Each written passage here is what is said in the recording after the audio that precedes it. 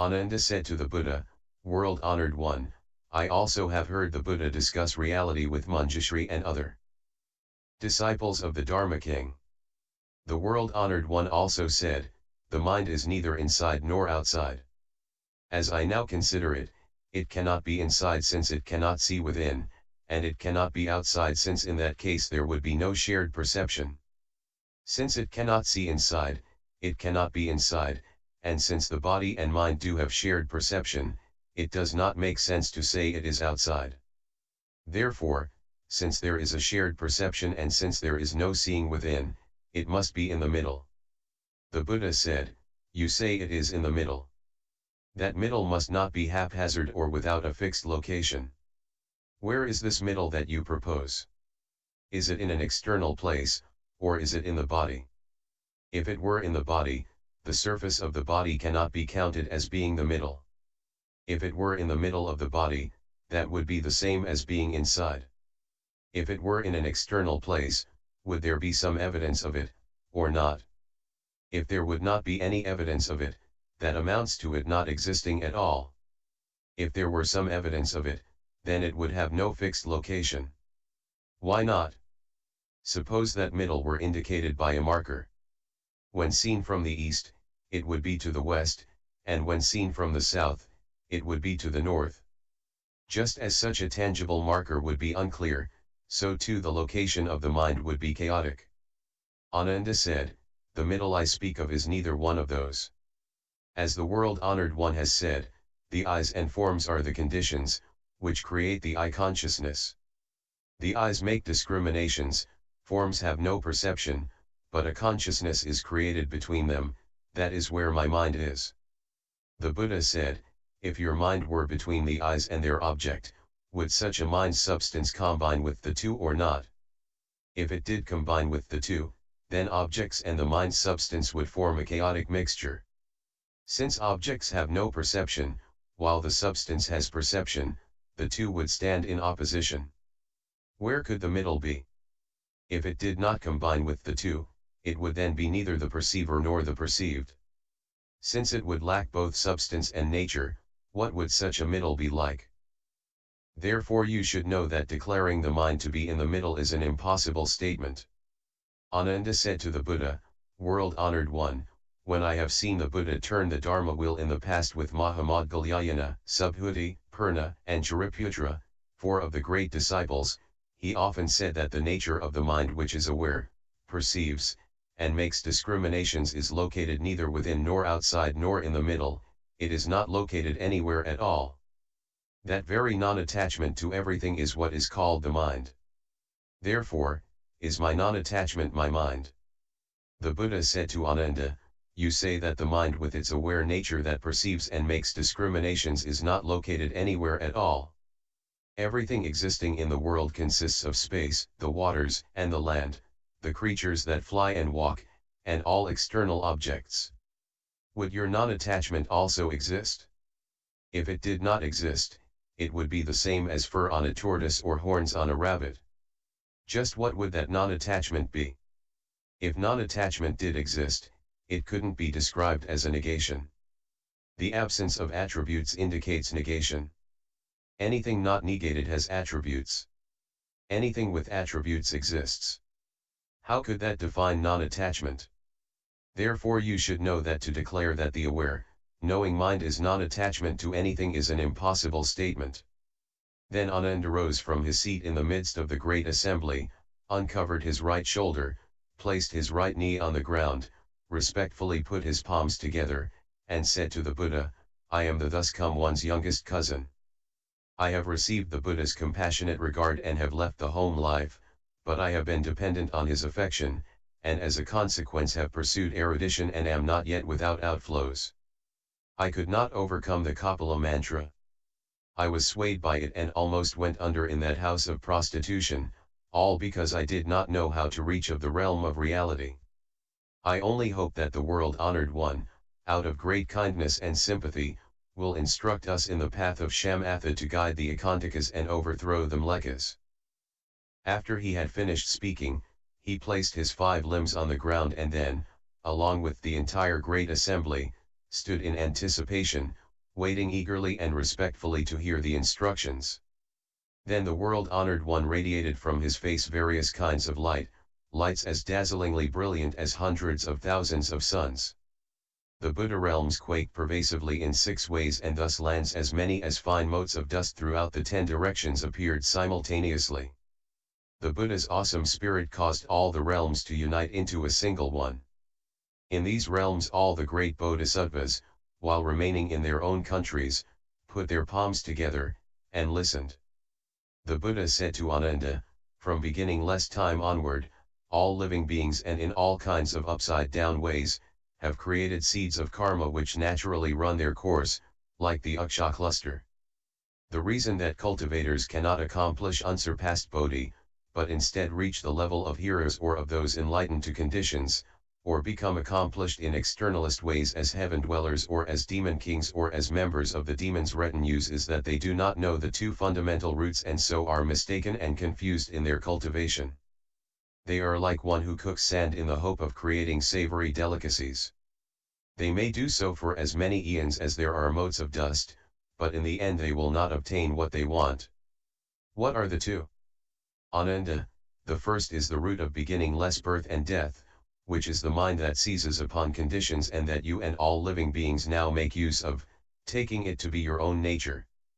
The second is the primal pure substance of beginningless bodhi nirvana.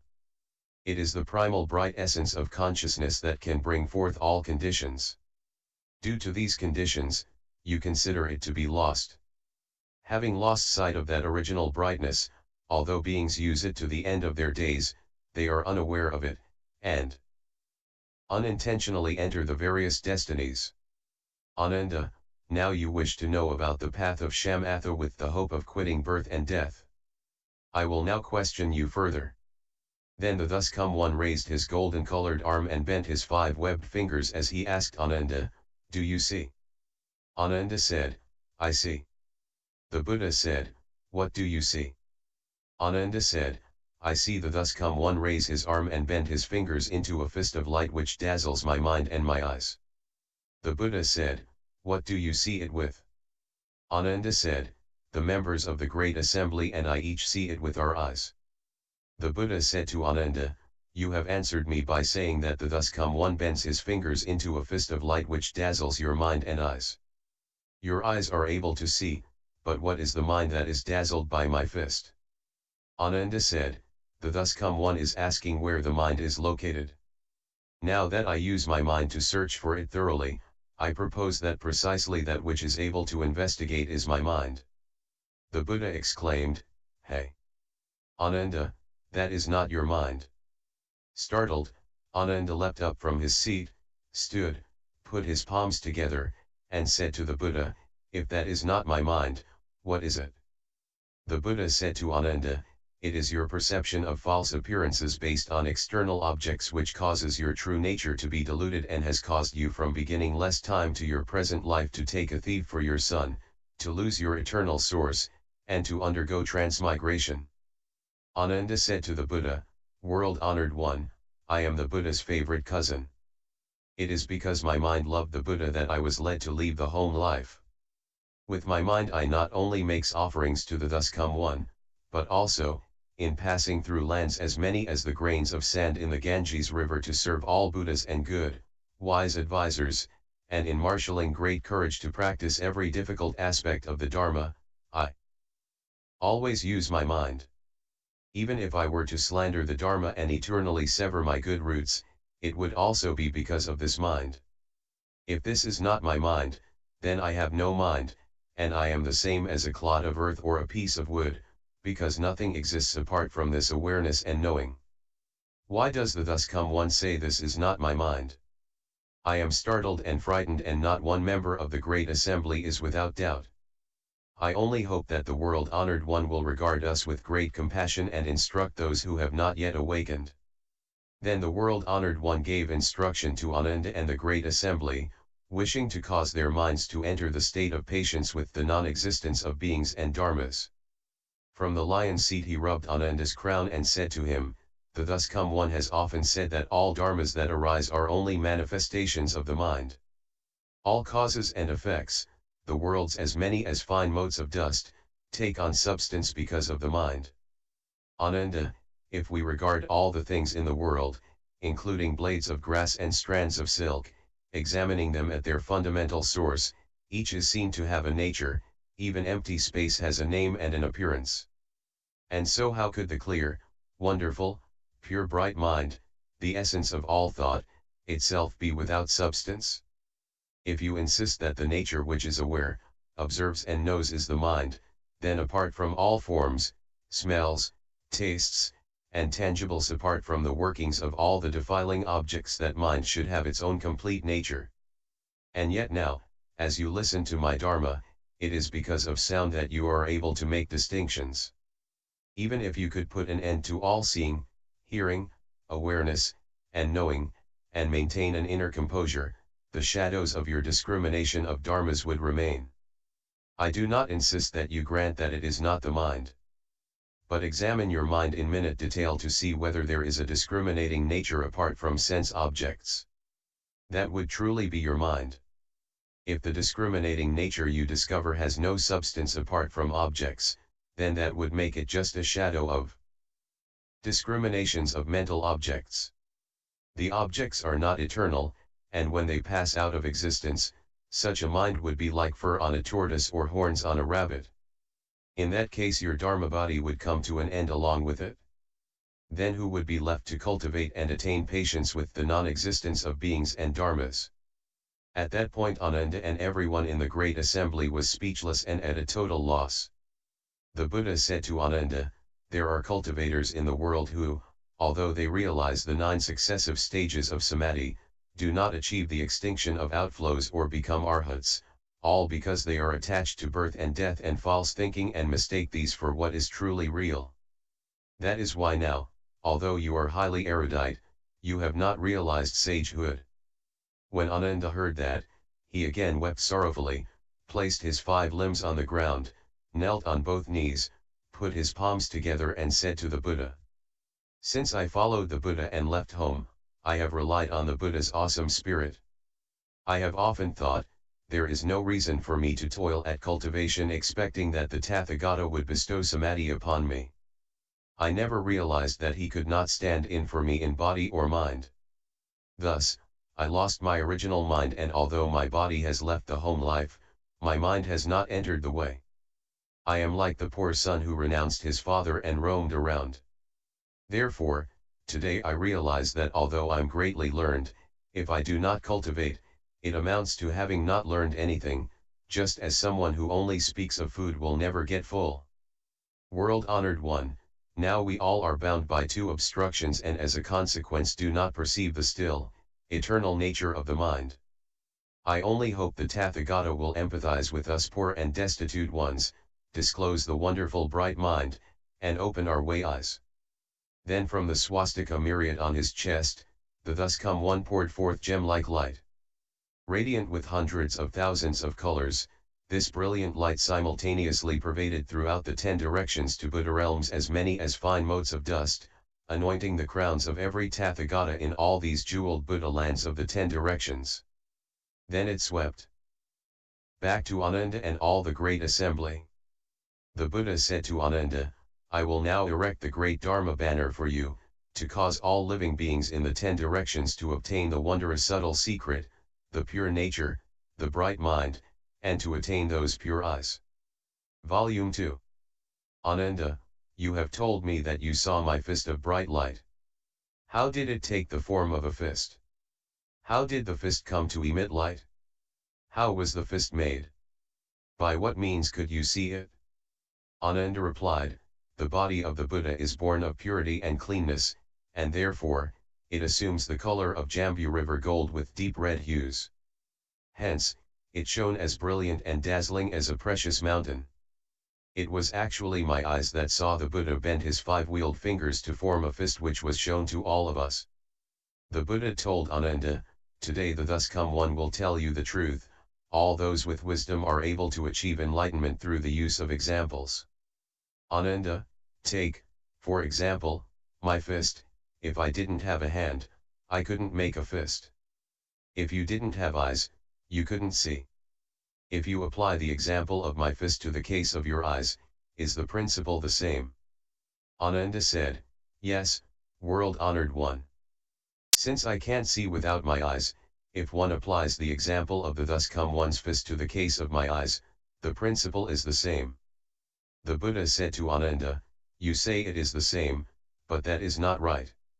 Why? If a person has no hand, his fist is gone forever. But one who is without eyes is not entirely devoid of sight. Why not? Try consulting a blind man on a street, what do you see? Any blind person will certainly answer, now I see only darkness in front of my eyes. Nothing else meets my gaze. The meaning is apparent, if he sees dark in front of him, how could his sight be considered lost? Ananda said, the only thing blind people see in front of their eyes is darkness. How can that be called seeing? The Buddha said to Ananda, is there any difference between the darkness seen by blind people, who do not have the use of their eyes, and the darkness seen by someone who has the use of his eyes when he is in a dark room? Stated in that way, world-honored one, there is no difference between the two kinds of blackness, that seen by a person in a dark room and that seen by the blind. Ananda, if the person without the use of his eyes who sees only darkness were suddenly to regain his sight and see all kinds of forms, and you say it is his eyes which see, then when a person in a dark room who sees only darkness suddenly sees all kinds of forms because a lamp is lit, you should say it is the lamp which sees. If the lamp did the seeing, it would be endowed with sight. But then we would not call it a lamp anymore. Besides, if the lamp were to do the seeing, what would that have to do with you? Therefore you should know that while the lamp can reveal forms, the eyes, not the lamp, do the seeing. And while the eyes can reveal forms, the seeing nature comes from the mind, not the eyes. Although Ananda and everyone in the great assembly had heard what was said, their minds had not yet understood, and so they remained silent. Hoping to hear more of the gentle sounds of the thus come one's teaching, they put their palms together, purified their minds, and stood waiting for the thus come one's compassionate instruction. Then the world-honored one extended his bright hand that is as soft as tula cotton, opened his 5 webbed fingers, and told Ananda and the great assembly, when I first accomplished the way I went to the deer park, and for the sake of Ajahata Kondanya and all 5 of the bhikshus, as well as for you of the fourfold assembly, I said, it is because beings are impeded by transitory defilements and afflictions that they do not realize Bodhi or become arhats. At that time, what caused you who have now realized the various fruitions of sagehood to become enlightened? Then Ajahata Kondanya arose and said to the Buddha, of the elders now present in the great assembly, only I received the name understanding because I was enlightened to the meaning of transitory defilements and realized the fruition. World-honored one, the analogy can be made of a traveler who stops as a guest at a roadside inn, perhaps for the night or perhaps for a meal. When he has finished lodging there or when the meal is finished, he packs his baggage and sets out again. He does not remain there at his leisure. The host himself, however, does not leave. Considering it this way, the one who does not remain is called the guest, and the one who does remain is called the host. The transitory guest, then, is the one who does not remain. Again, the analogy can be made to how when the sun rises resplendent on a clear morning, its golden rays stream into a house through a crack to reveal particles of dust in the air. The dust dances in the rays of light, but the empty space is unmoving. Considering it is that way, what is clear and still is called space, and what moves is called dust. The defiling dust, then, is that which moves. The Buddha said, so it is. Then in the midst of the great assembly the thus come one bent his 5 webbed fingers. After bending them, he opened them again. After he opened them, he bent them again, and he asked Ananda, what do you see now? Ananda said, I see the thus come one's hand opening and closing in the midst of the assembly, revealing his 100 jeweled wheeled palms. The Buddha said to Ananda, you see my hand open and close in the assembly. Is it my hand that opens and closes, or is it your seeing that opens and closes? Ananda said, the world-honored one's jeweled hand opened and closed in the assembly. I saw the thus come one's hand itself open and close while my seeing nature neither opened nor closed. The Buddha said, what moved and what was still? Ananda said, the Buddha's hand did not remain at rest. And since my seeing nature is beyond even stillness, how could it not be at rest? The Buddha said, so it is. Then from his wheeled palm the thus come one sent a gem-like ray of light flying to Ananda's right. Ananda immediately turned his head and glanced to the right. The Buddha then sent another ray of light to Ananda's left. Ananda again turned his head and glanced to the left. The Buddha said to Ananda, why did your head move just now? Ananda said, I saw the thus come one emit a wonderful gem-like light which flashed by my left and right, and so I looked left and right. My head moved by itself. Ananda, when you glanced at the Buddha's light and moved your head left and right, was it your head that moved or your seeing that moved? World-honored one, my head moved of itself. Since my seeing nature is beyond even cessation, how could it move? The Buddha said, so it is. Then the thus come one told everyone in the assembly, normally beings would say that the defiling dust moves and that the transitory guest does not remain. You have observed that it was Ananda's head moved, yet his seeing did not move. You also have observed my hand open and close, yet your seeing did not stretch or bend. Why do you continue to rely on your physical bodies which move and on the external environment which also moves? From the beginning to the end, this causes your every thought to be subject to production and extinction. You have lost your true nature and conduct yourselves in upside-down ways. Having lost your true nature and mind, you take objects to be yourself, and so you cling to revolving on the wheel of rebirth. When Ananda and the great assembly heard the Buddha